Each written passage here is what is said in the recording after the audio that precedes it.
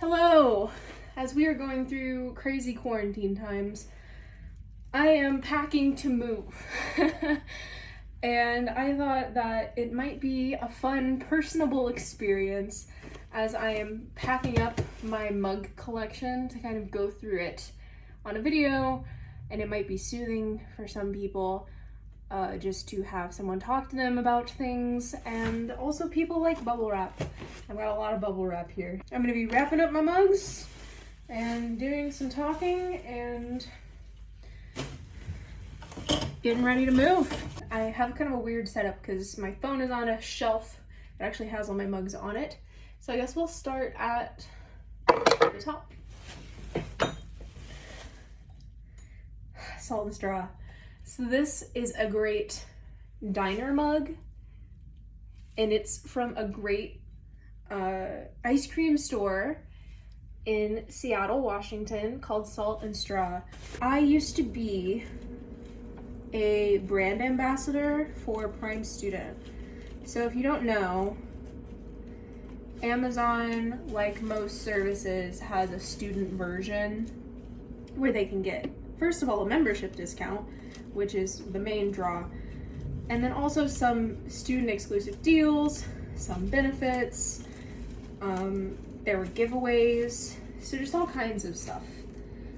And I was, for my college, the representative for that program for 2 years, but my second year, another company took over that process. So my official employer was not Amazon, but my first year it was a company called Fuse Marketing, and essentially Amazon hired them to handle this program.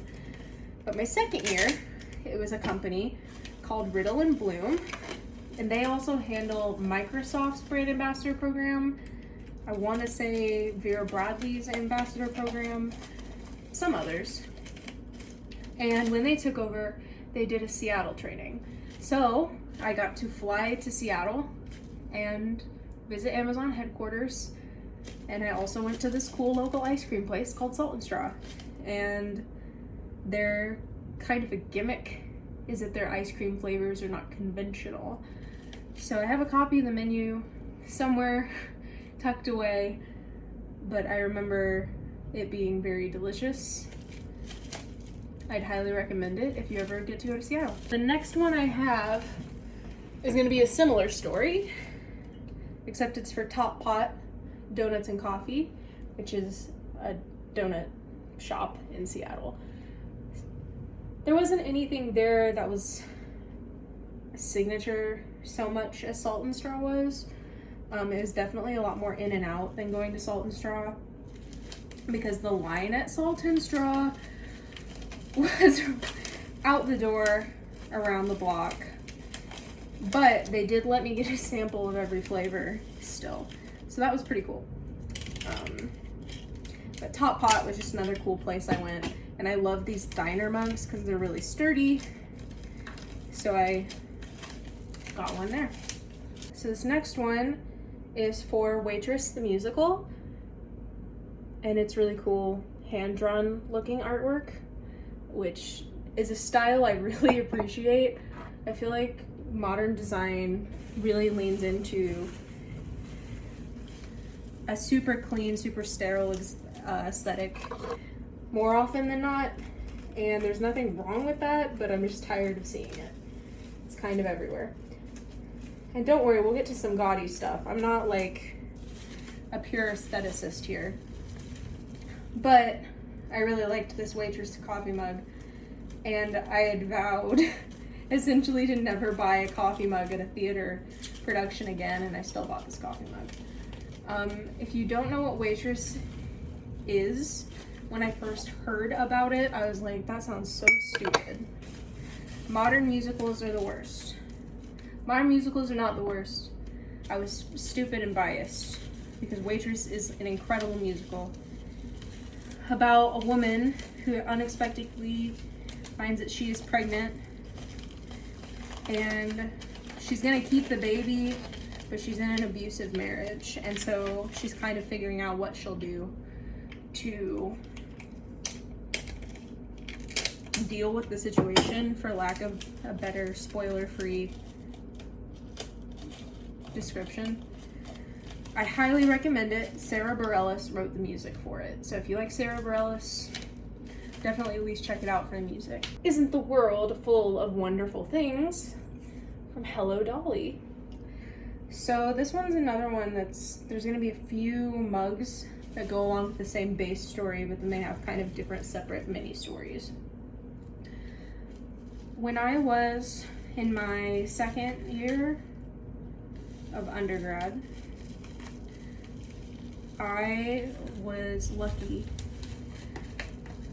to be chosen because of my essay application to the Art History Endowment Program at our school. And essentially, an anonymous donor gives some money every year so that the art history program can send some kids to do art history things. And the way that the endowment is typically spent is by sending them to New York City and giving them tours of all the major museums. So the first time I ever went on an airplane was that year to New York City, which is one of the biggest cities ever. It's the biggest city I've been to. And while I was there, I had to see Broadway shows because of course I did. I'm a crazy theater kid. So Hello Dolly was actually the last show I saw because I thought Anastasia was too expensive. And I'm really glad I saw Hello Dolly because it's a pure classic musical.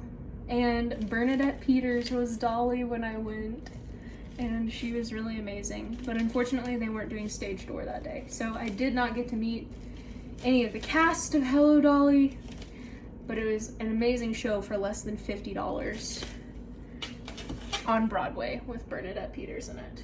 Once on This Island.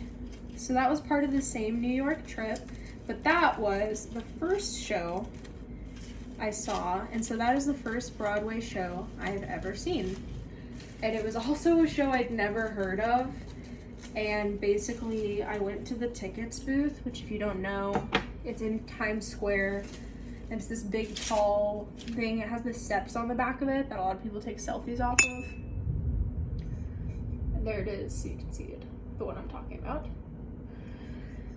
And basically they do day of ticket sales for Broadway shows, and I Googled what was playing and thought this one sounded interesting, and then it wasn't too expensive at tickets, so I decided to go, and it was one of the most amazing experiences of my life, full stop, like including things that are not me going to Broadway.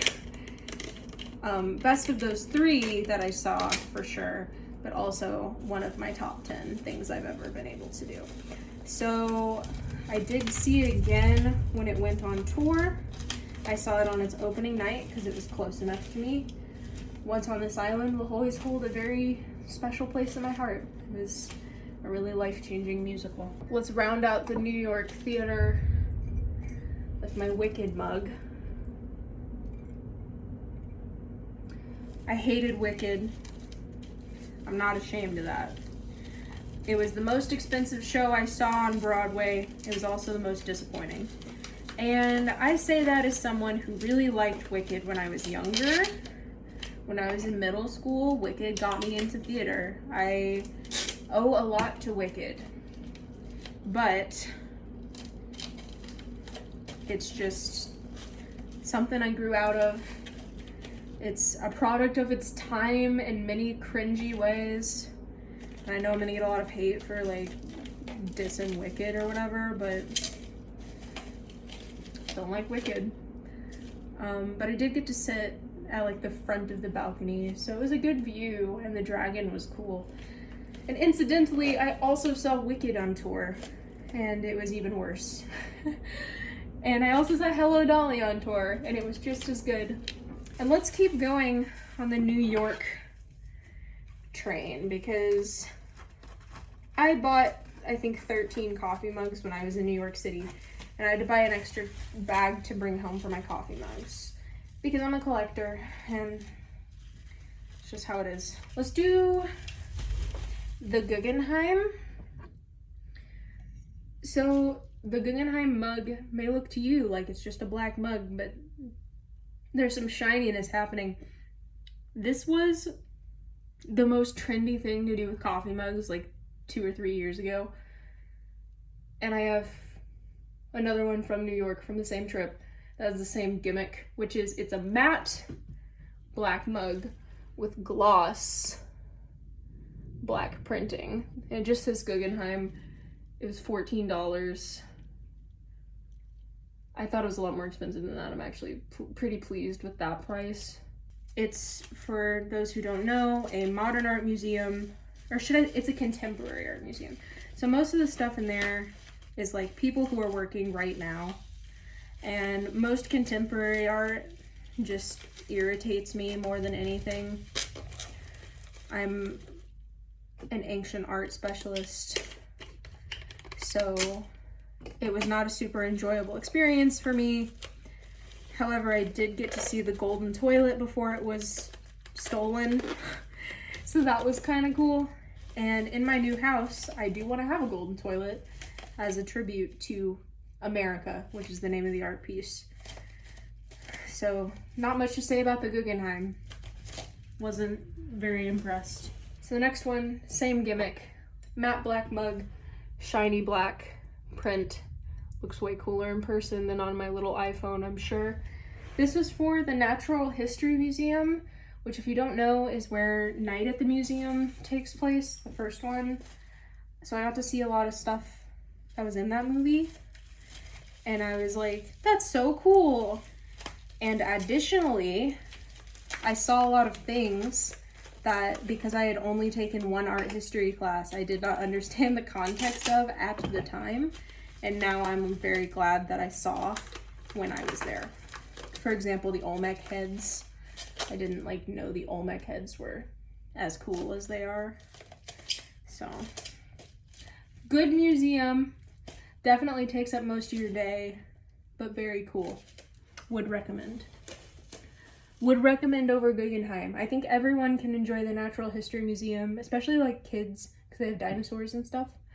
But nobody can enjoy the Guggenheim, and if they say they do, they're lying to you. The next one I'm going to do is for the Museum of Art and Design, which is in, I want to say central-ish New York. It was in a weird place, and it kind of didn't look like a full museum, but then when you went inside, it was bigger than it looked. It had a lot of floors, and it had working artist studios, which was kind of cool.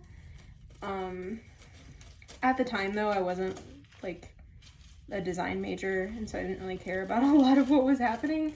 And I think that if I went now, I might appreciate it a lot more.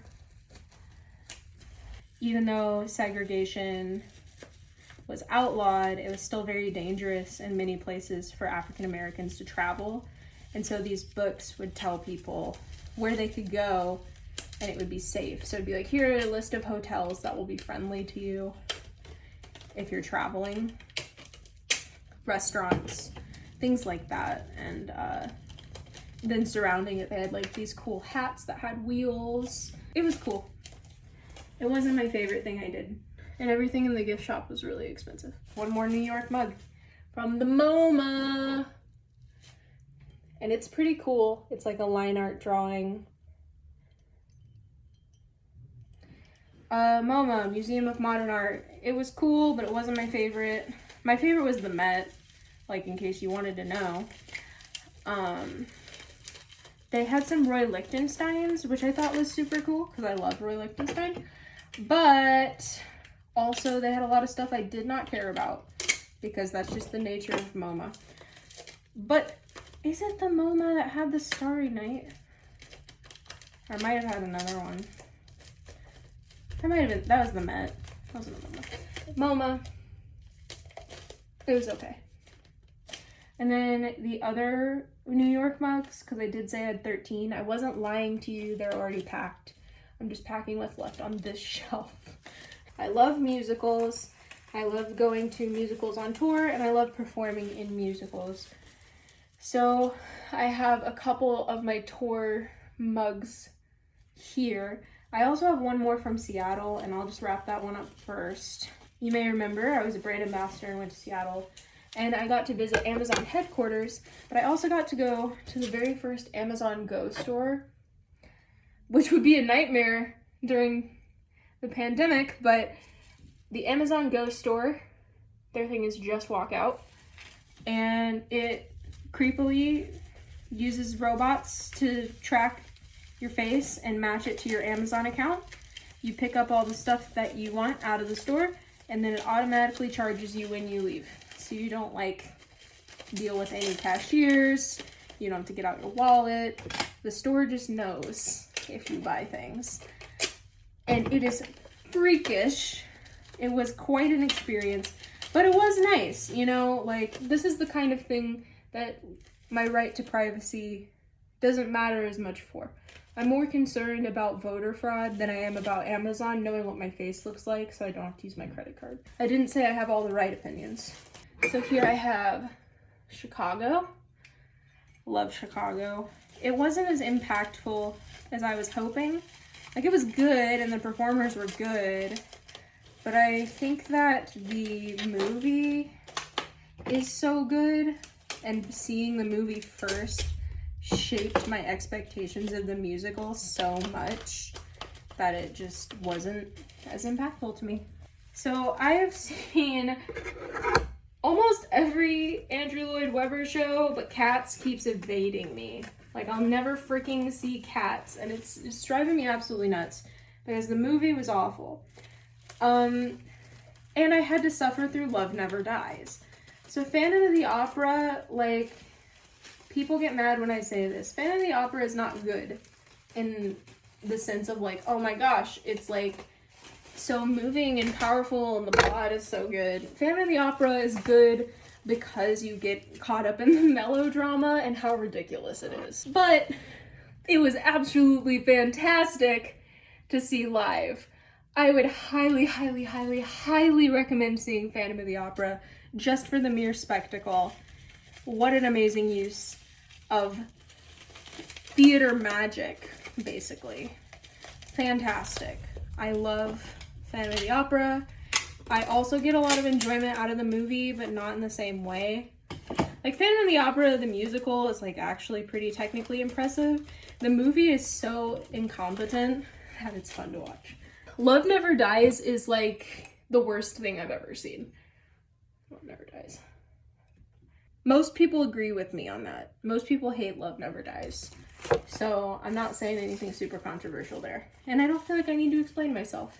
If you want to know how bad Love Never Dies is, ask me about it later. Because if I start talking about it now, I will not finish wrapping up my mugs. And everyone will leave this video in about 20 minutes or less. But it has a cool coffee mug. What are you gonna do? The SpongeBob musical. This is management material. It's adorable. It's a great coffee mug. I love that it's a color because you don't see that very often. Usually it's white and has the logo. SpongeBob the musical was really good. I've seen bootlegs of the original Broadway cast, and I have to say, they're a tough act to follow.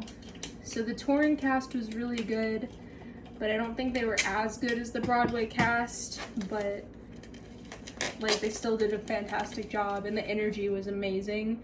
We are at this point in the putting mugs in a box process, so we've got a good strong first layer happening there, and now we can move on to the last few here. So next one I'll do Blue Sky Vineyard. It is a local vineyard here, and my first year in college I joined a business fraternity and we had a social here, so I bought a mug there. I did buy some apple jelly, but I never ate it, so I literally can't tell you anything except that the food was disappointing and I bought this coffee mug. Sherman's Ice Cream, which is in Michigan. Yeah, just a local ice cream store. And following my habit of always buying memorabilia, I bought that coffee mug. It has a blue cow on the roof, I believe. I think that's German. And we went there with my niece when she was really, really small, like a baby.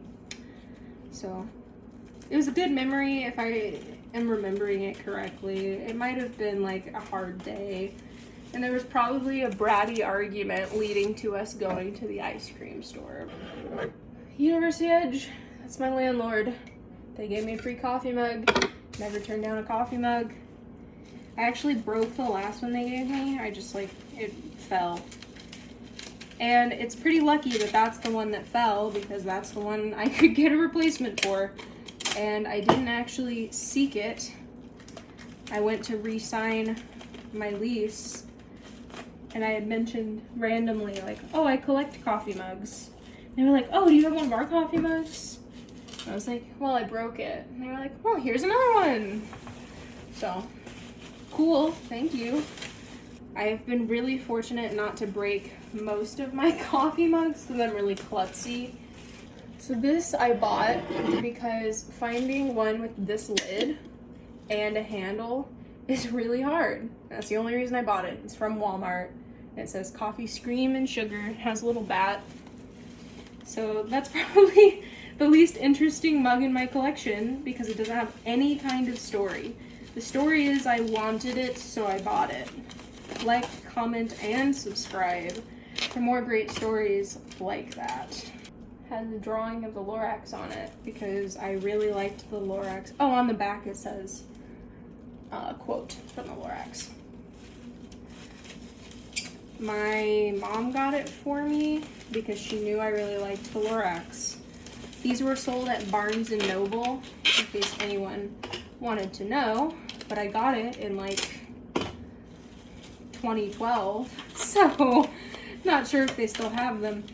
And I will say the next one that I have is Oh, the Places You'll Go. And it's from the same series, and I bought it on clearance. It's another one that doesn't have a cool story. The story is I wanted it, so I bought it. That's also incidentally going to be the story for the next one that you're going to see. But it is one of my favorite mugs, so it has more of an interesting story than these. I hope everyone is enjoying so far. I know I can be a little bit monotone, maybe not super interesting, but I find it calming to just listen to people talk. I listen to a lot of podcasts, things like that. So figured why not? And also it might be cool to feel like, oh, something productive is happening during this pandemic, even if it's not yourself. I like watching people do things, like you can watch videos where people crochet and stuff. So this one, it's a Lucky Cat, and I bought this at a store in Kansas City because I was visiting my brother and it was on sale. But interestingly, I was in one of my first design classes in college, and the way the room is set up is with these desks, but you bring your own computer. And I had put down my coffee, and then I had gotten out my computer, and I had set it up so like my coffee was here, and then I put up my laptop, and I didn't see it. Then I was like, oh, I need more room for my laptop. Why did I set it so close to myself? And instinctively pushed it, and this broke on the floor, still filled with coffee. So I had to clean up the mess, and instead of listening to the lecture, I got on the website for that company and immediately ordered a new one. So I was lucky and was able to get a replacement. Again, it's nice that the ones that I broke, so those are the only two that I have that I've broken, were replaceable, because the show ones, for example, they're about $25 on average. Some of them are more. I think some of them might be 20. And some of them I got in New York at Broadway shows. So to get a replacement would be extremely difficult. This last one, it's like, I didn't even show you. It's got the M&M guy on it. And I think I bought it at a candy store in St. Louis. I also have a coffee mug that has the Tootsie Pop owl on it, and it's very cute. So And I do need to pack that in here, but I already wrapped it. It's not here in this bin yet. Okay, so here comes the last one. Yay! This one's still in the bag.